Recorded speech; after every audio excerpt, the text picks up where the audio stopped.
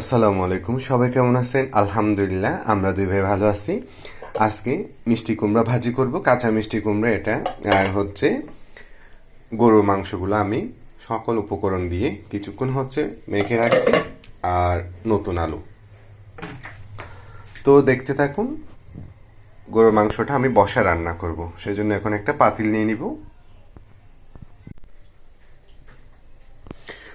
সকল উপকরণ আর গরু মাংসগুলো সহ দিয়ে আলু একটু কয়েকটা বেশি দিছি,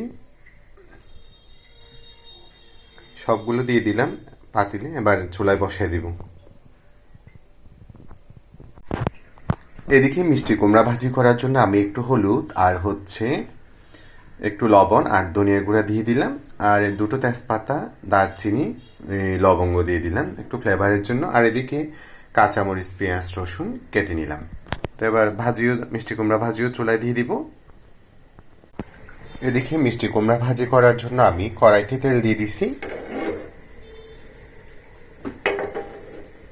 আর আরেকটা চুলায় আবার গরুর মাংস কষে যাচ্ছে ভালোভাবে। তেল গরম হয়ে আসছে, এবার আমি কেটে রাখা পেঁয়াজ, রসুন, কাঁচামরিচ দিয়ে দিচ্ছি। বিসমিল্লাহ।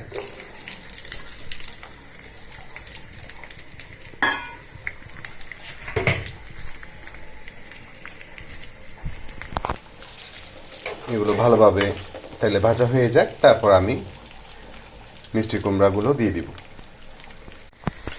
আমার পেঁয়াজ, রসুন, কাঁচামরিচ ভাজা শেষ। এবার আমি হলুদ আর লবণ, একটু ধনিয়া গুঁড়া দিয়ে রাখা মিষ্টি কুমড়োগুলো দিয়ে দিচ্ছি।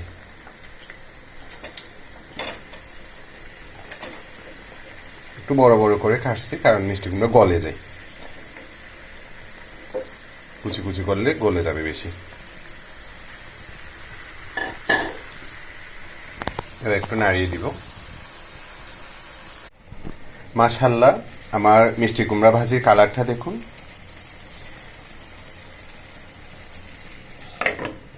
আর এদিকে আমার নতুন আলু দিয়ে গরুর মাংস। অল্প ছিল গরুর মাংস, সেজন্য বেশি ছিল না, যা ছিল তাই রান্না করতেছি।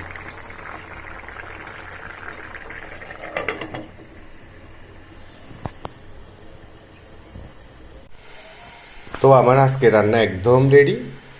এই যে আমার মিষ্টি কুমড়া ভাজি, মাশাআল্লাহ। আর নতুন আলু দিয়ে গরুর মাংস, একটু ঝোল রাখছি। আর আমরা দুই ভাইয়ের পছন্দের সাদা ভাত। তো আজকের মতো এতটুকু। সবাই সবার জন্য দোয়া করবেন। আসসালামু আলাইকুম।